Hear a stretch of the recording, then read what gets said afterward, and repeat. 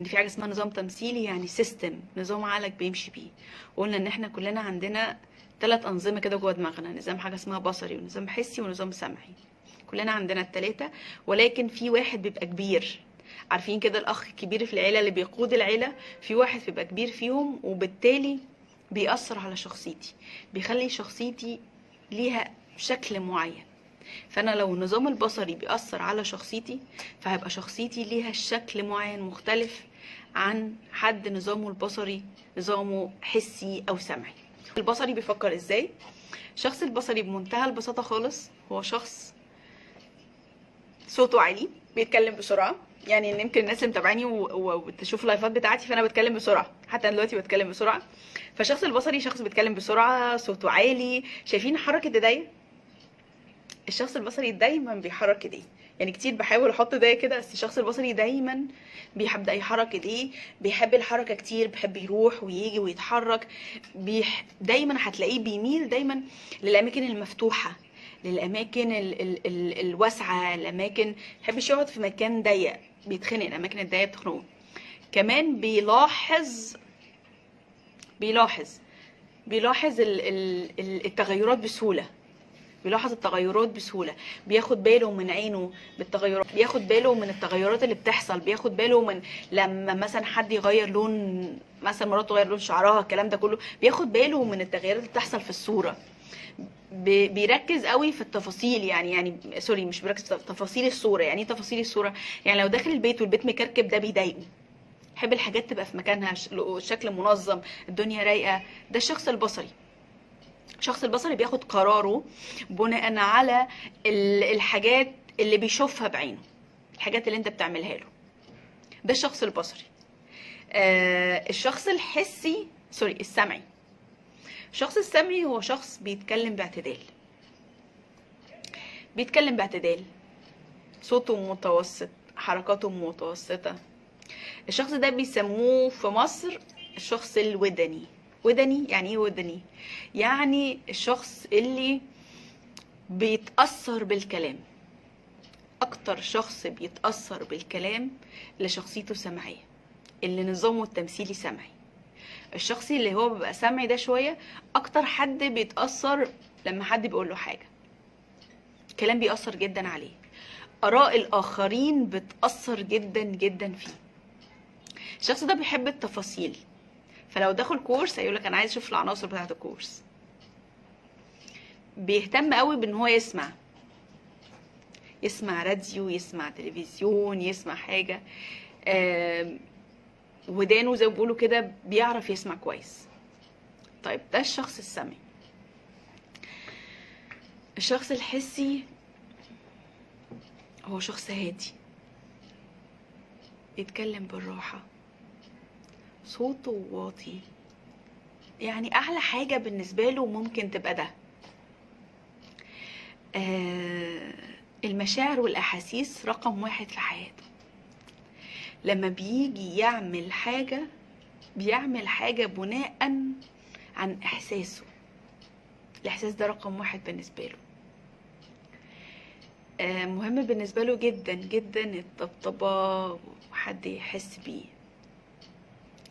الشخص الحسي هتلاقي كلامه هادي وتونه بطيء، ودايما بيحس ان هو عنده براح في الوقت، زي ما انا بتكلم كده. الشخص ده دايما دايما دايما بيعمل حاجة بياخد فيها وقت، يعني بياخد الحاجة ببراح. يعني مثلا لو احنا مثلا عايزين نشتري عربية، فاحنا ممكن نقعد حبة حلوين لحد ما نشتري عربية. الشخص البصري لا، الشخص البصري اللي بيتكلم بسرعة هتلاقي الشخص ده لا، بياخد القرارات وجري يطلع ينفذها. الشخص الحسي لا، بيمشي بالراحة. فاحنا لو هنحطناهم كده على مدرج، تمام، فالشخص البصري هنلاقيه هنا، الشخص الحسي هنلاقيه هنا، الشخص السمعي دايما في النص. طيب اعرف منين؟ هديكم مثال دايما اقوله لهم في الكورس. يعني في شخصين كده قيسوا عليهم، اكيد كلكم بلا استثناء او معظمكم يعني عارفين عمرو اديب، صح؟ عارفين عمرو اديب بيتكلم ازاي؟ بعلي صوته، دايما بيتكلم وصوته عالي. ده عمرو اديب ده خير مثال للشخص البصري. الدكتور ابراهيم الفقي الله يرحمه خير مثال للشخص البصري، الناس اللي بتتكلم بصوت عالي وسريعه كده. الشخص الحسي احنا قلنا فاكرين عشان تعرف تفتكروه عمرو اديب. الشخص الحسي هو اخوه بقى. عارفين عماد اديب؟ عماد اديب هو بيتكلم كده بالظبط. كان عامل برنامج اسمه بهدوء مع عماد اديب، بيتكلم بالراحه، صوته هادي قوي، بيتكلم براحته قوي. فده الشخص الحسي، ده الشخص البصري. لو احنا في علاقه واحد فينا بصري واحد حسي، العلاقه دي هتجننا. يعني ايه؟ يعني لو على سبيل المثال انا كزوجة مثلا حسية، يعني بتكلم بالراحة وباخد الحاجة بالراحة وصوتي واطي والاحاسيس بالنسبة لي رقم واحد. لو انا جوزي بقى بصري، بياخد باله من التفاصيل والشكل وبياخد باله من وسريع جدا، هيبقى في جاب بين الاتنين، في فجوة كبيرة قوي. لان انا هبقى حسيه فهتلاقيني ماشيه بالراحه وهو ماشي سريع قوي قوي قوي، فدايما هيبقى في صراع، في خلاف بين احنا الاتنين. عشان كده قلت لكم مهم جدا جدا جدا جدا نعرف انا نظامي ايه والشخص اللي قدامي نظامه ايه. طب هيفيد بايه؟ كل واحد فينا بيحب يتعامل بنظامه، بيحب يتعامل بالطريقه بتاعته. يعني ايه؟ يعني انا هند اهو، انا بصريه مثلا، فانا احب اللي يتعامل معايا يبقى بصري زيي، سريع، ينجز معايا، ينجز، ما يقعدش يحكي لي في تفاصيل، ما يقعدش، لا، يخلص معايا في الحوار. طيب خلينا ناخد امثله عليهم عشان تعرفوهم اكتر. لان زي ما احنا قلنا من شويه ان النظام اللي بيأثر علينا هو النظام اللي بيأثر على شخصيتنا وبيأثر على حتى تصرفاتنا. فخلينا نشوف لو الشخص البصري والسمعي والحسي رايحين يشتروا عربية، ممكن العربية دي تبقى عاملة ازاي، او ممكن الموقف يبقى شكله عامل ازاي. الشخص البصري لو رايح يشتري عربية، اهم حاجة بالنسبة له يجيب عربية اللون اللي هو عايزه. يعني انا عايز عربية حمراء، فانا لو رحت المكان ولقيت حتى السعر كويس ولقيت كل حاجة والعربية شكلها حلو ولكن ما لقيتش اللون الاحمر، مش هشتريها. بهتم جدا بالشكل الخارجي. لو انا بصري ههتم ان انا اجيب عربيه شكلها حلو حتى لو امكانياتها على قدها. ده الشخص البصري. لو الشخص السمعي، لا، الشخص السمعي لما يجي يشتري عربيه مش مهم الشكل ولا اللون، بس المهم الناس بتقول عنها ايه، الريفيوهات على الفيسبوك بتقول ايه، ده الاهم. لو انا شخص حسي مش هيفرق معايا لون العربيه، انا مختار عربيه مثلا فيرنا، فمش هيفرق معايا اللون ولا الناس بيقولوا عني ايه. المهم عندي ان انا لما اركب العربيه احس ان انا مرتاح.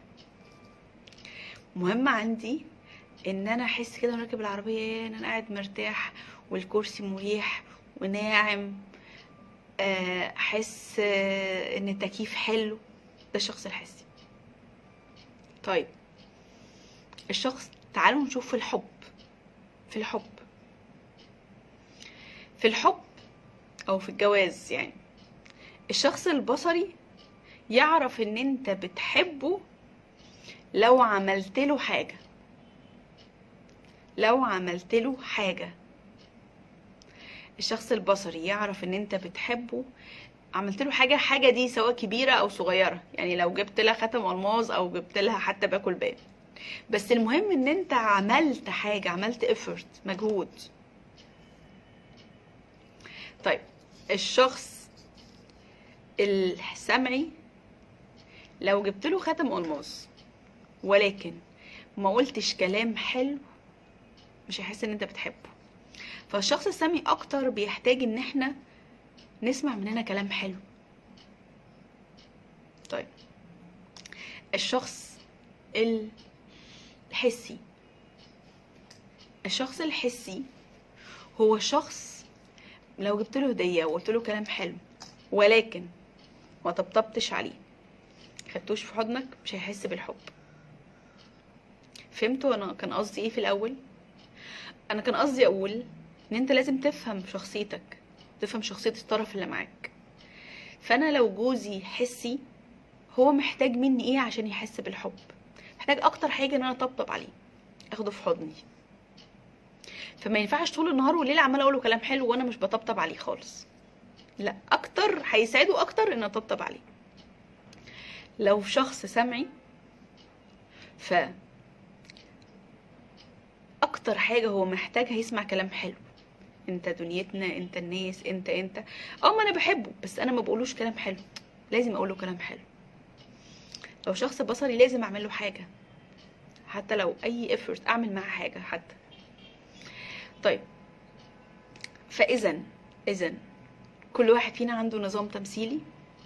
النظام التمثيلي ده بيأثر علينا، بنحب ان احنا نتعامل بيه. فاذا انت من النهارده عرفت نظامك التمثيلي ايه. حلو. اعرفه منين؟ اكتر حاجه اعرفه منها صوت، بتكلم بسرعه ولا لا، سريع في حاجاتي ولا لا، حد تاني بطيء، زي ما انا قلت الصفات كده اللي انا قلتها يعني. طيب انا دلوقتي عرفت نظامي ايه عشان ارتاح واريح نفسي وابدا مجهودي يقل واعمل حاجه كويسه وابدا علاقاتي تتحسن. لازم اخاطب الناس على قدر عقولهم. يعني انا لو عندي ابني حسي، فابني لو انا بحضنه مره في اليوم لازم احضنه 10 مرات زياده. لو عندي ابني سمعي لازم اسمعه كلام كتير حلو باستمرار. لو عندي ابن بصري لازم اقضي معاه وقت واعمل معاه اكتيفيتيز، انشطه. الكلام ده مهم جدا وبيأثر جدا جدا جدا جدا على علاقاتنا. ومجرد ما نبدأ نفهم بنرتاح.